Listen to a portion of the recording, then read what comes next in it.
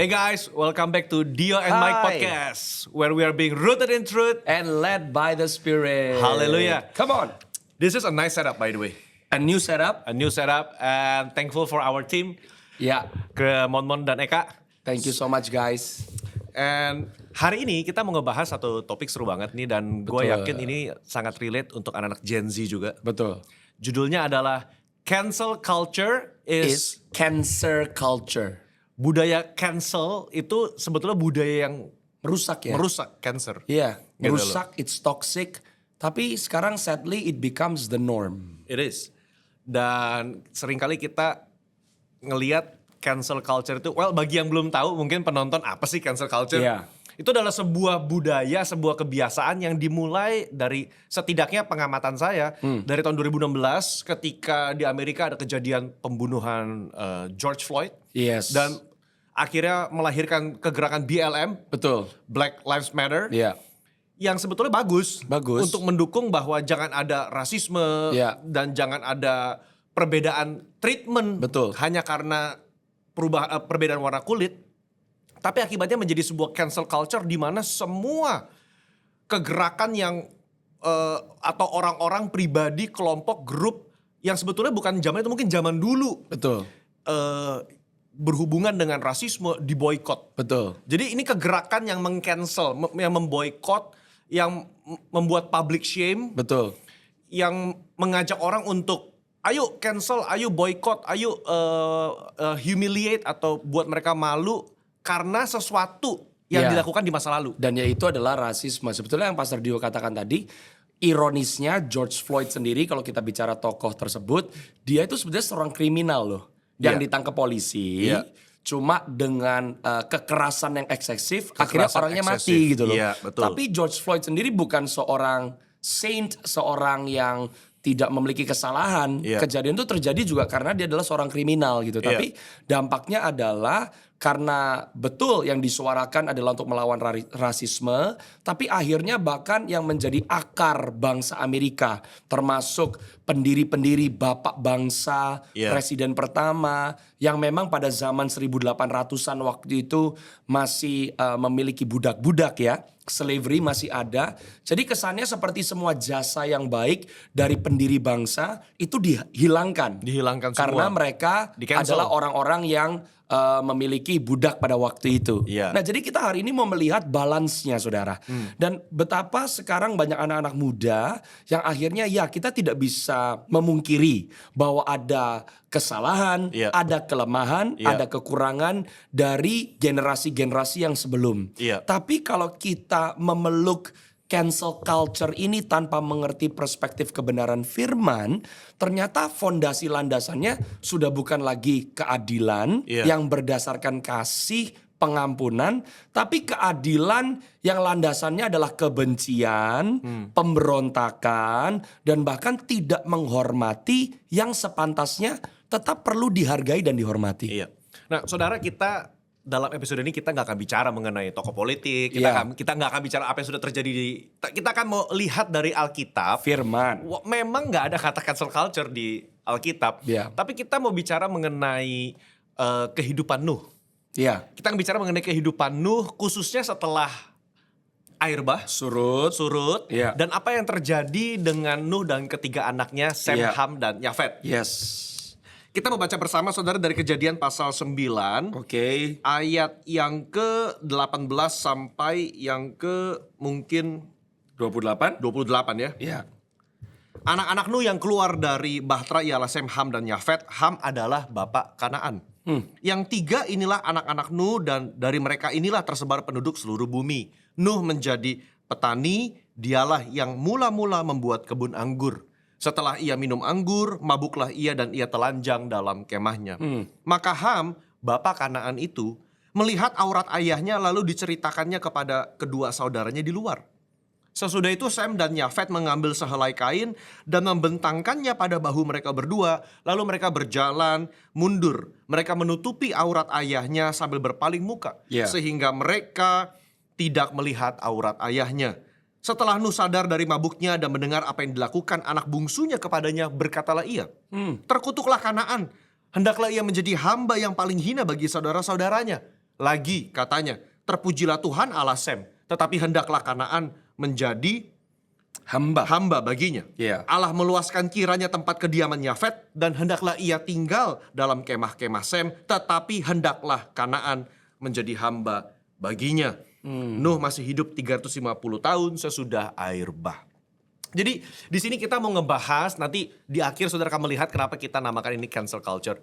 Di sini kita mau ngebahas dulu mengenai kenapa penulis kitab Kejadian Iya. kita percaya dalam Musa. Ya, dia dari semua kejadian yang bisa ditulis setelah air bah, dia menulis Ini. kejadian ini. Kan banyak cerita harusnya. Betul. Dari semua kejadian itu, bayangkan itu satu dunia kosong, Restart lah ya. restart semua. Tapi yang ditulis, yang dispesifikin setelah kejadian air bah adalah ini. Iya. Saudara. Nah, kita mau notice bahwa apa yang Ham lakukan kepada ayahnya, saudara, itu tidak baik. Ya, ada banyak interpretasi Alkitab tentang apa yang dilakukan Ham kepada ayahnya. Iya. Kenapa? Karena orang pada bilang, masa nggak sengaja melihat aurat ayahnya, dan memang dia cuma ngomong sama saudara-saudara kandungnya. Betul. Kok sampai sebegitu besar hukumannya, Iya. sampai terkutuk Sampai lah. terkutuk. Bahkan yang dikutuk anaknya Bahkan ya. yang dikutuk adalah generasi anaknya. Betul. Saudara perhatikan dalam Alkitab, Nuh nggak mengutuk Ham. Betul. Dia mengutuk terkutuklah Kanaan. Anaknya. Yaitu anak daripada Ham. Betul. Generasinya. Iya. Jadi sebuah perbuatan yang sampai berdampak lintas generasi. Iya. Begitu. Saudara, ada banyak tafsiran. Hmm. Beberapa bicara bahwa Ham, ini menurut pandangan para rabi-rabi, Oke. kebanyakan para rabi-rabi Israel percaya ini, bahwa kata dia melihat aurat ayahnya itu sebuah eufemisme. Oke. Itu kata-kata yang dihaluskan untuk dia melakukan tindakan tidak senonoh kepada Oke. ayahnya. Iya. Mungkin pelecehan seksual, Iya. sodomi atau apa, Iya. begitu. Itu ada satu pandangan seperti itu. Ada satu pandangan Yang melihat para rabi ya. Para rabi, ya. Tapi ada juga pandangan yang lebih innocent. Oke. Pandangan yang lebih kalem. Oke. Ya secara gamblang memang dia hanya melihat aurat ayahnya. Dia nggak sengaja, itu pun kesalahan ayahnya. Iya. Telah mabuk dan telanjang, dan kesalahan Ham adalah Tidak menutupi. dia nggak menutupi. Dia malah expose. Betul.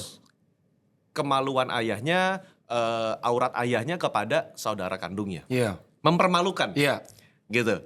Yang harusnya dia tutupi. Betul. Begitu. Dan kalau saudara baca komentari dari, kalau tidak salah New Living NIV Application Commentary, Oke. dan juga komentari dari Tramper Longman, saudara salah satu teolog kuat untuk Perjanjian Lama. Di zaman itu memang ada aturan dari Ugarit, dari bangsa Mesopotamia saat itu, seorang anak memang harus menghormati ayahnya dan tidak boleh mempermalukan ayahnya. Iya. Jadi kalau lihat dari konteks sejarah pada zaman itu, pandangan Innocent mengatakan memang Ham itu bersalah. Dan itu sesuatu yang pada zaman itu tuh, wah aib banget. Gitu. Mungkin kalau kita orang modern yang hidup berapa ribu tahun setelah kejadian ini, kita nggak make sense. Betul. Kok nggak sengaja ngeliat kok sampai dikutuk Dan ngomongnya sih. juga bukan sama orang luar loh. Ngomongnya tuh, Sama keluarga. Sama keluarga. Anak kandung, saudara. betul. Betul ya? Betul. Nah, saudara, di sini yang kita mau fokusin nih, saudara, bahwa kalau kita mau hubungan ke cancel culture, Ham ini mempermalukan ayah di publik, Betul. begitu. Dia ngomong ke saudara-saudaranya, Iya. yang saudaranya pun tidak mau mengulangi kesalahan yang sama, Iya. begitu. Sehingga mereka mengambil sebuah kain, Jalan mundur. mereka jalan mundur dan menutupi aurat ayahnya, begitu. Ini yang mau kita share kepada generasi muda, Yes. kepada generasi muda di Indonesia, bahwa orang tua kita bisa memiliki kesalahan, Betul. pemimpin rohani kita bisa memiliki kesalahan. Betul. Dan kesalahannya bukan dibenarkan loh. Kesalahannya nggak dibenarkan. Karena Pastor Dio tadi menarik sekali, di ayat itu dikatakan, bayangkan ya, sebelum air bah itu datang, Alkitab berkata bahwa, apalagi juga Tuhan Yesus berkata, seperti pada zaman Nuh, mereka mabuk, minum anggur, Iya. kawin mengawinkan, pesta. Iya. Ternyata setelah Nuh dan keluarganya keluar dari Bahtera, mereka mengerjakan tanah, anggur pun kembali. Iya. Jadi Nuh juga punya memori gitu loh, bahwa anggur ini juga menjadi salah satu dari kejatuhan, sumber kejatuhan moral atau at least berkontribusi kepada kejatuhan manusia Iya. pada zaman itu. Tapi waktu Nuh mengelola, Nuh juga sempat mabok gitu. Iya. Ada overdosis sedikit lah yang Iya. membuat Nuh akhirnya mabok dan akhirnya ketelanjangannya terekspos gitu. Iya. Jadi kita juga melihat bahwa Nuh bukan orang yang sempurna. Meskipun Tuhan berkata bahwa Nuh itu benar di hadapan Tuhan. Iya. Nuh adalah orang benar, makanya keluarganya, Nuh dan keluarganya diluputkan oleh Tuhan. Bahkan di kitab Ibrani pasal yang ke-11 ayat yang ke-7, Alkitab berkata karena iman loh. Setelah diperingatkan Allah tentang sesuatu yang belum kelihatan, Nuh dengan taat mempersiapkan bahtera untuk menyelamatkan keluarganya. Karena iman itu ia menghukum dunia. Karena imannya Nuh. Jadi karena ada posisi orang benar, maka ada standar yang membuat keadilan Tuhan harus menjadi nyata. Jadi Nuh itu bisa dibilang standard bearer-nya. Iya. Sesuai dengan imannya. Orang yang beriman dan Ibrani tetap menyatakan bahwa dia adalah salah seorang pahlawan iman. Tapi gak lepas dari kelemahan juga. Iya. Dan saudara, banyak yang bisa kita gali sih dari cerita Betul. ini. Dalam Kejadian pasal 9 ayat yang pertama, setelah selesai Allah memberkati Nuh dan anak-anaknya. That's right.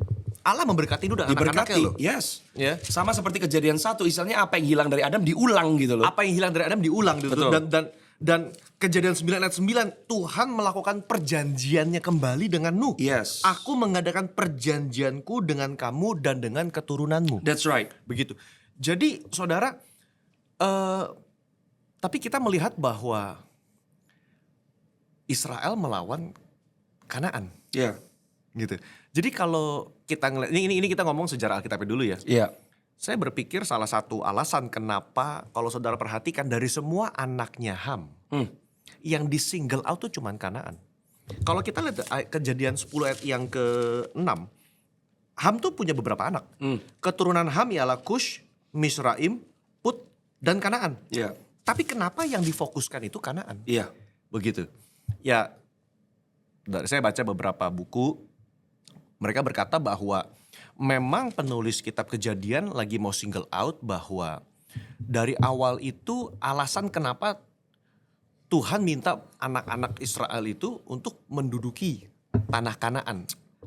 Karena kutukan, atau kalau saya boleh bilang profesi yang diberikan dari Nuh kepada anaknya, it comes to pass. Iya. Di mana Kanaan menjadi hamba dari saudara-saudaranya. That's right. Gitu, sehingga keturunan Sem nanti dalam kitab Yosua dia akan menduduki tanah Kanaan tuh. Begitu. Nah, saudara, satu yang kita mesti highlight adalah begini. Perbuatan Ham berdampak pada lintas generasi ke bawah. That's powerful. Perbuatan Ham, kita nggak ngomongin deh apa yang dilakukan karena banyak tafsiran nih. Iya. Intinya dia nggak menghormati orang tuanya. Dan itu yang dikatakan tadi saudara, bahwa generasi yang sesudah itu bukan hanya menerima yang buruk dan bukan hanya menerima yang baik loh. Iya. Ada janji yang diterima oleh karena bapaknya. Iya. Ada juga kutuk yang diterima oleh karena bapaknya gitu. Iya. Jadi satu sisi di episode ini kita juga mau berkata bahwa kita harus mengerti hukum tabur tuai gitu. Yes, ada kesalahan-kesalahan pemimpin kita, Iya. leluhur kita, bapak kita yang gak sempurna. Tapi jangan lupa maksud saya, harus diingat, Iya, jangan iya. lupa bahwa berkat juga tetap datangnya dari atas gitu loh, bukan dari tempat yang lain. Iya. Saudara, satu hal yang kita bisa pelajari dari Ham adalah begini. You need to honor your father and mother. Yes. Keluaran pasal 20 ayat ke-12. Iya. Hormatilah ayahmu dan Dan ibumu, ibumu. agar lanjut usiamu di bumi ini. Iya. Begitu loh. Nah, kenapa kita dari awal ngomonginnya cancel culture? Jangan sampai generasi muda meng-cancel apa yang generasi senior sudah lakukan. Yes. Saya ngomongin mengenai orang tua kandungmu, saya ngomong mengenai Pemimpin rohani. mungkin pemimpin bangsa. Betul. Siapapun lah yang memang harus mendapatkan hormat. Iya. Begitu.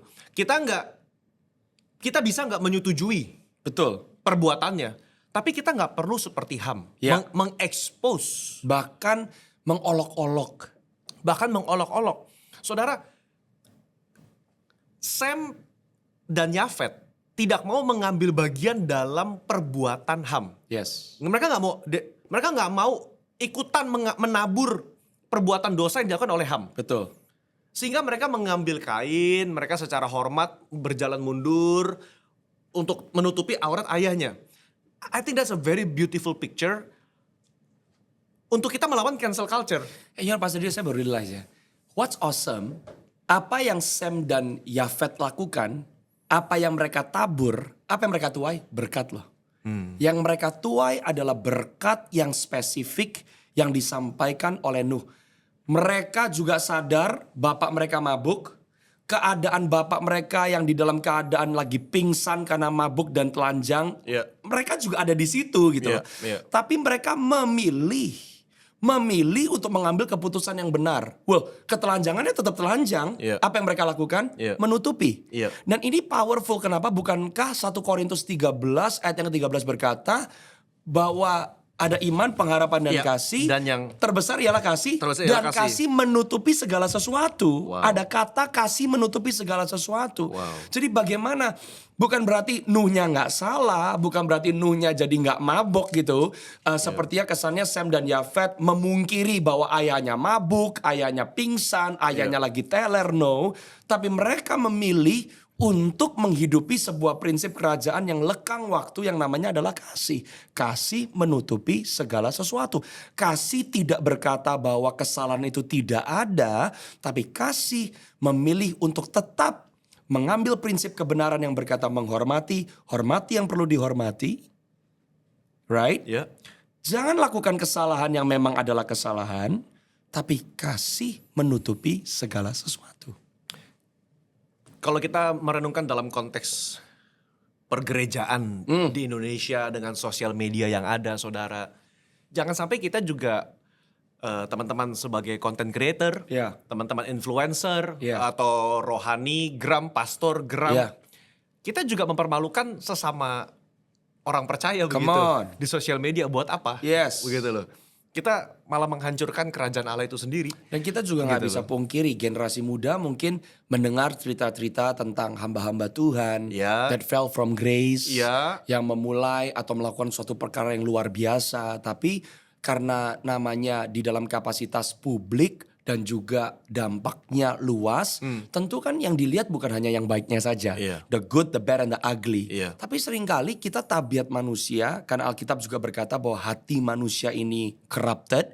Akhirnya seringkali yang jadi fokus kita adalah hanya yang ugly, hanya yang buruk dan gagal. Tapi kita lupa bahwa kasih karunia Tuhan juga yang memampukan para hamba-hamba Tuhan, orang tua kita melakukan hal-hal yang baik, yang benar, dan yang berdampak. Dan kasih karunia Tuhan pun yang memberikan pengampunan, kesempatan kedua, waktu ada pertobatan di tengah-tengah kegagalan dan kekurangan para pendahulu-pendahulu kita. Saudara, sebetulnya cancel culture itu menurut saya mungkin awalnya dia tuh mau exposing the sin. You know, this is sinful. Ini salah Ini nih. salah. Mungkin dia mau menyatakan kebenaran. Ya, Tapi kan firman berkata kebenaran lewat kasih. come on. Gitu. Ternyata kita berkata kebenaran pun sekalipun benar tapi tanpa kasih orang masih bisa terluka. Ya, Saya tulis begini. Cancel culture seeks to destroy sin, but in the process it destroys the people. come on. Itu malah menghancurkan jati dirinya, gambar diri orang tersebut. Betul.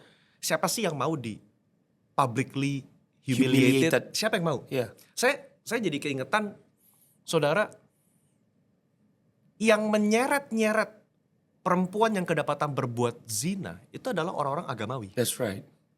Mereka yang selalu menyeret Ya. orang yang mana prianya yang berbuat zina, Ya. nggak diseret, hanya perempuannya. Begitu. Dia seret ke hadapan Tuhan Yesus dan mau di cancel. It's publicly humiliated, di cancel.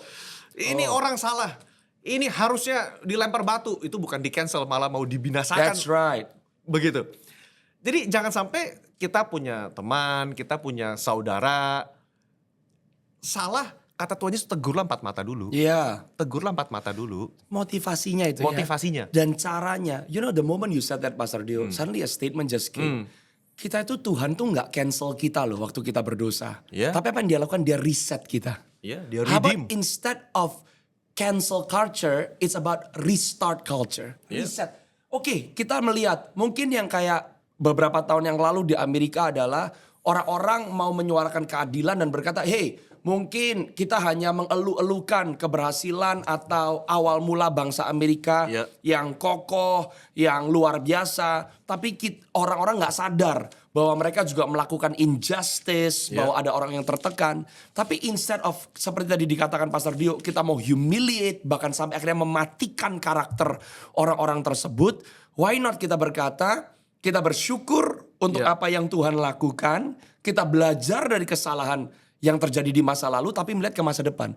Kayaknya cancel culture tuh fokusnya is always the past. And thank God kita di dalam Kristus, Yeah. God does not bring us back to the past, but God propels us to the future. Gitu Iya. loh. Dan saudara, dalam kisah Nuh ini, there is a picture of the gospel. Come on. In it. There is a picture of the gospel. Manusia pertama Adam, Ya, ya kan, perfect. ya, Tapi dosa masuk. betul, Sehingga Tuhan ketika dia makan buah terlarang itu mereka menjadi malu. betul. They are naked, Naked juga. dia malu. Dan Tuhan harus membunuh actually binatang. Iya. Untuk menutupi kemaluan mereka. Iya. Dosa mereka ditutupi Tuhan. Iya. Itu salah satu gambaran daripada penebusan Yesus Kristus tuh di Yes, situ tuh. Itu yes. gambaran penebusan Yesus. Yes. Ada darah yang harus keluar untuk menutupi pelanggaran manusia. Yes. Oke, berkembang, dosa manusia begitu jahat. Ya, itu satu episode terpisah saudara ya, anak-anak Allah yang mingle dengan anak-anak manusia That's yang right. begitu hancur, begitu jahat saudara. Tuhan hancurkan dengan air bah. That's right. Restart ulang. Restart. In a way kita boleh bilang Nuh sepertinya kayak the new Adam. Yes. Tapi ternyata gagal juga. But- Nggak sempurna. Nah, supaya saudara tahu apa yang Pastor Dio katakan barusan bahwa Adam is like Nuh adalah seperti Adam yang baru, karena dengan jelas loh di Kejadian 9 ayat yang ke-6 dan ayat yang ke-7, khususnya ayat yang ke-7, Tuhan berkata kepada Nuh apa yang dia katakan kepada Adam di Kejadian 1 ayat 28. Ya, yang mana Kejadian 9 ayat yang ke-7, adapun kamu beranak cuculah dan bertambah banyaklah memenuhi bumi. Ya. Ya, bertambah banyaklah di atasnya. Exactly seperti apa yang Tuhan katakan kepada Adam di Kejadian 1 ayat 28. Ya, ya. Jadi saudara ada banyak resemblance. Correct. Ada banyak repetitive pattern. Yes. Dan itu kita kalau belajar kitab naratif, kitab kejadian saudara, pattern itu penting. Ya, Itu cara penulis kitab untuk menunjukkan ada pola, ada motif teologi yang mau dia sampaikan, begitu Yes, ada ceritanya. yes, yes. Dan saudara nggak cuma itu loh. Ketika Adam itu makan buah terlarang, dia malu karena dia telanjang. betul. Nuh melakukan hal yang sama, tapi dia nggak makan, tapi dia minum. That's right. Dia minum. Dia minum dari hasil tanah juga. Yes. Saudara ya, itu buah itu juga dari hasil tanah, saudara ya. Tapi Tuhan bilang jangan makan. Yang ini Nuh dia minum dan dia pun telanjang. Betul. Sama seperti Adam. Sama-sama naked. Dan sama-sama keduanya itu ditutupi. Ya. Sehingga perbuatan anaknya Sem dan Yafet melambangkan anugerah belas kasihan Tuhan. Yes. Begitu loh. Ditutupi. Begitu. Ya, saudara, itu menggambarkan nanti ujungnya adalah karya Kristus. Christ. Begitu loh. Di mana dia turun ke dunia, bukan lagi menutupi nih.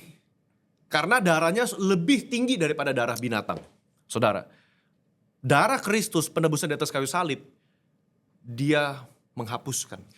What's powerful adalah Adam telanjang, Nuh telanjang, dan waktu Yesus menebus kita dia juga ditelanjangi. Ya. Menggantikan ketelanjangan kita. Menggantikan ketelanjangan You kita. know, and then Pastor Dio, waktu you said just now bahwa waktu sebelum Adam dan Hawa diusir dari Taman Eden, di situ Tuhan menyembeli seekor binatang, kulitnya dipakaikan. Iya. It's a prophecy about the coming redemption. Iya. Waktu Nuh keluar dari bahtera, di Kejadian pasal yang ke-8, apa yang Nuh lakukan di ayat yang ke-20, Nuh kemudian mendirikan mezbah bagi Iya, Tuhan, iya. yang mengambil beberapa ekor binatang dari segala hewan yang tahir, juga dari segala burung yang tahir, lalu mempersembahkan kurban bakaran di atas mezbah itu. Iya. Ada sesuatu yang Nuh belajar dari Tuhan, karena mezbah yang didirikan oleh Nuh ini bisa dibilang adalah mezbah pertama yang didirikan oleh seorang manusia untuk membawa korban di hadapan Allah.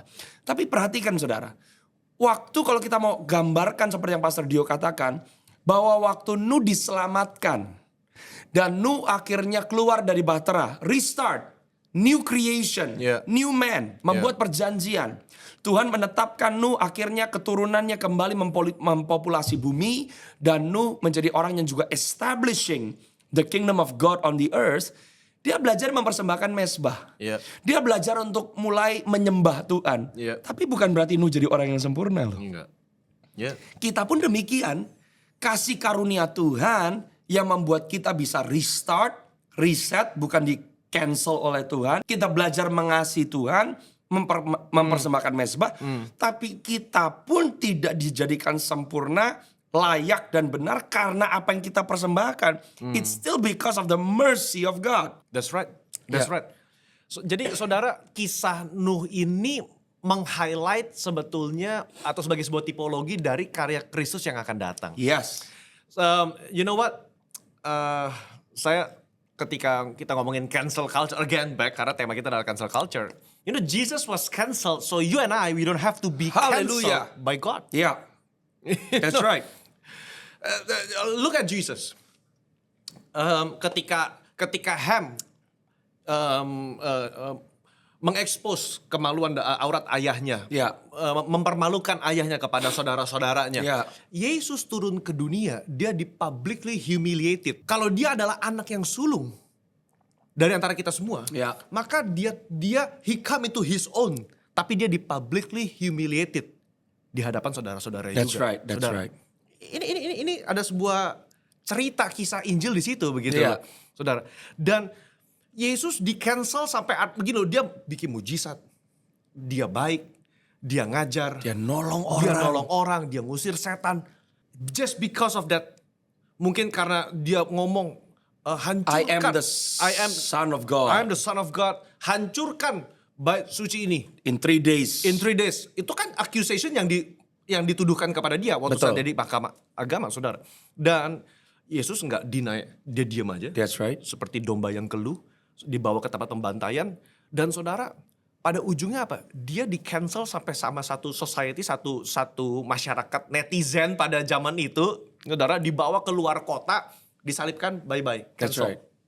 Little did they know that apa yang Tuhan Yesus lakukan itu sebetulnya membawa penebusan, membawa redemption, saudara. Ya, agar kita yang harusnya mati tidak mati. haleluya. Begitu loh. Saudara, 2 hal yang kita mau sampaikan. Don't practice cancel culture. Kenapa? Karena kalau cancel culture lahir dari kebencian, itu akan mendatangkan malapetaka kepada diri kita sendiri. Ya. And orang-orang yang meng-cancel Tuhan Yesus, they are nowhere to be found. Dan Yeah. akhirnya mereka yang meng-cancel Tuhan Yesus, mereka berpikir mereka melakukan sebuah keadilan, Yeah. melawan sebuah injustice, Yeah. tapi ternyata mereka yang dipermalukan dan dilucuti. So don't practice cancel culture. Yeah. Itu bukan kultur kerajaan sorga. Yeah. Dan yang kita mau sampaikan dengan jelas adalah fondasinya adalah selalu love. It is. Yesus memberikan kesempatan, Yesus datang untuk memberikan hidup dan hidup yang berkelimpahan. Amen. Tadi kayaknya harus di-highlight kata-kata itu. Cancel culture itu mau membunuh pribadi. Membunuh jati diri, Iya. citra seorang pribadi. Iya. Tapi pertobatan tidak membunuh jati diri seorang pribadi, Iya. tapi merestorasikan know seorang what? pribadi. That's gonna be the intro for our next episodes. Iya. Because in the book of James chapter 2, Yakobus pasal 2, belas kasihan itu menang atas penghakiman. Amen. Mercy triumphs over judgment. Iya. Dan kita mau bicara bahwa apa yang bisa mengalahkan cancel culture? Forgiveness, Yes. mercy. Itu yang mengalahkan cancel culture. Dan itu Yeah. kita mau bahas dalam episode berikutnya. Come on. So, guys, I hope you're blessed by this episode. Yes. So, stay tuned. Do DM us for any thoughts, comments, feedback, questions, saudara. And we'll see you in the next episode. God bless you. God bless.